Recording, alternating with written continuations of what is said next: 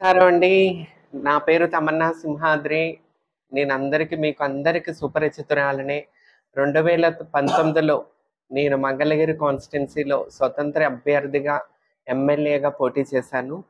అంటే నేను కూడా ప్రజల్లోకి రావాలి, ప్రజాసేవ చేయాలని చెప్పి ఎంతో తపనతో ముందుకొస్తున్నప్పుడు నన్ను రామచంద్ర యాదవ్ గారు గుర్తించి నేను 2019 నుంచి మన పాలిటిక్స్‌లోకి రావటం జరిగింది.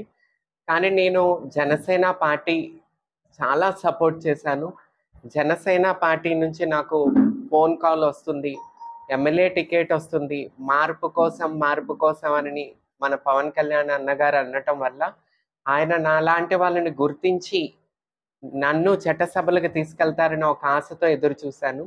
2019లో నేను మన జనసేన పార్టీ ఆఫీసు కార్యాలయంలో ఎవరికైతే ఎమ్మెల్యే, ఎంపీ ఇంట్రెస్ట్ ఉన్న వాళ్ళు ఒక అప్లికేషన్ ఫామ్ పెట్టుకోమన్నప్పుడు నేను పెట్టుకోవటం వెళ్ళి జరిగింది. అప్పుడే ఆశించాను. అప్పుడే నిరాశ మిగిలింది.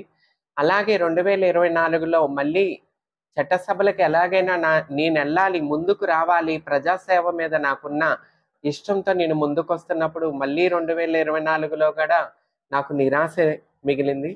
కానీ మార్పు అని చెప్పి మాకందరికి అన్యాయమే జరిగింది. కానీ రామచంద్ర యాదవ్ గారు లాంటి వారు ముందుకు రావటం, ఆయన పార్టీ బీసీవైపీ భారతీయ చైతన్య యోజన పార్టీ నన్ను గుర్తించటం, నా పని గుర్తించటం, నా లాంటి వాళ్ళని చట్టసభలకు తీసుకురావాలని చెప్పి బీసీవైపీ పార్టీ తరపున రామచంద్ర యాదవ్ గారు నాకు పార్టీ టికెట్ ఇవ్వటం జరిగిందండి. సో పార్టీ టికెట్ పిఠాపురంని ఎందుకు ఎన్నుకోవటం జరిగిందంటే, పిఠాపురంలో ఏదైతే మన పవన్ కళ్యాణ్ గారు కాపు సామాజిక వర్గం ఎక్కువ ఉన్నది అని చెప్పి పిఠాపురానికి ఎలా వచ్చారో, అదే విధంగా నేను కాపు బిడ్డని కాబట్టి, నేను కాపు సామాజిక వర్గానికి సంబంధించిన దాన్ని కాబట్టి, వంగవీటి మోహన్ రంగా గారి పేరు కృష్ణా జిల్లాకి జగన్మోహన్ రెడ్డి గారు నందమూరి జిల్లాగా అన్నప్పుడు కృష్ణా జిల్లా పేరు మారిస్తే వంగవీటి మోహన్ రంగా గారి జిల్లాగా పేరు పెట్టాలని చెప్పి వంగవీటి మోహన్ రంగా గారి విగ్రహం దగ్గర నేను ఉద్యమం చేసిన దాన్ని, రంగా గారి ఉద్యమకరాలని. సో అన్ని రకాలుగా నేను ఎలిజిబుల్ కాబట్టి నేను పిఠాపురానికి రావటం జరిగింది.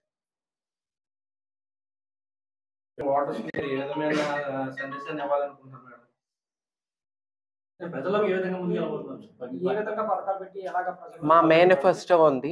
మా బీసీవైపీ రామచంద్రరావు గారి పార్టీ మేనిఫెస్టో ఉంది. ఆ మేనిఫెస్టోని మేము పబ్లిక్‌లో తీసుకెళ్ళి కొత్త ప్రజాస్వామ్యంలో మార్పు కోసం రామచంద్ర యాదవ్ గారు రావాలనుకుంటున్నారు. సో ఆయన ఆశయాలను మేము ప్రజల్లోకి తీసుకెళ్ళటానికి కృషి చేస్తాం. ఒక పక్క పవన్ కళ్యాణ్ గారు, ఒక పక్క వంగగీత గారు. ఇద్దరు బలమైన మీరు ఎలా ఎదుర్కోబోతున్నారు? బలం అంటే ఏ రకంగా బలమైన వాళ్ళు? డబ్బు పరంగానా? క్యాస్ట్ పరంగా అంటే సేమ్ క్యాస్ట్ కదా. వంగా గీత గారు ఏ క్యాస్ట్, నేను అదే క్యాస్ట్ కదా. కులపరంగా కాకపోయినా రాజకీయ పరంగా కూడా కొన్ని పదవులు చేసి ఉన్నారు. పవన్ కళ్యాణ్ గారు పార్టీ అధినేతగా గతంలో 14లో టీడీపీకి సపోర్ట్ చేశారు, 19లో ఆయన సొంతంగా పోటీ చేశారు కూడా. అలాంటి వ్యక్తులు అంటే రాజకీయంగానే, ఆర్థికంగా అన్ని విధాలుగా బలమైన వాళ్ళతో మీరు ఏ విధంగా ఎదుర్కోబోతున్నారు? అదే కదా. ప్రతిసారి వాళ్ళే రాజ్యం వెళ్ళాలి, వాళ్ళే పాలించాలని రూలే కదా. కొత్త వాళ్ళకి అవకాశాలు ఇవ్వాలి, కొత్త వారు రావాలి చట్టసభలకి. అది నా లాంటి ట్రాన్స్ మహిళ కూడా చట్టసభలకి రావాలి. మార్పు కోసం మేము వస్తున్నాం, మేము ప్రజల్లో ఉన్నాం, మేము ఈ ప్రజాస్వామ్యంలో ఉన్నాం అని చెప్పి ప్రజలకు తెలియచేయడానికి ఎటువంటి స్వార్థం లేకుండా మేము ప్రజల కోసం పనిచేయగలమని ఒక సంకల్పంతో నేను ముందుకు రావటం జరుగుతుందండి.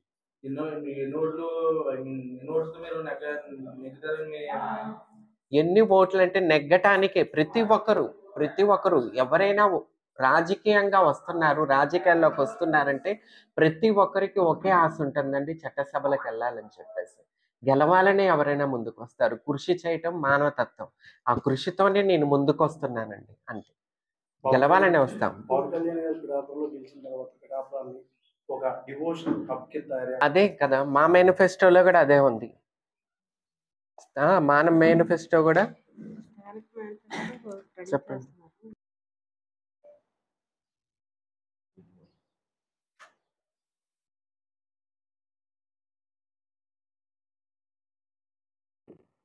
మా ఇద్దరు అండి.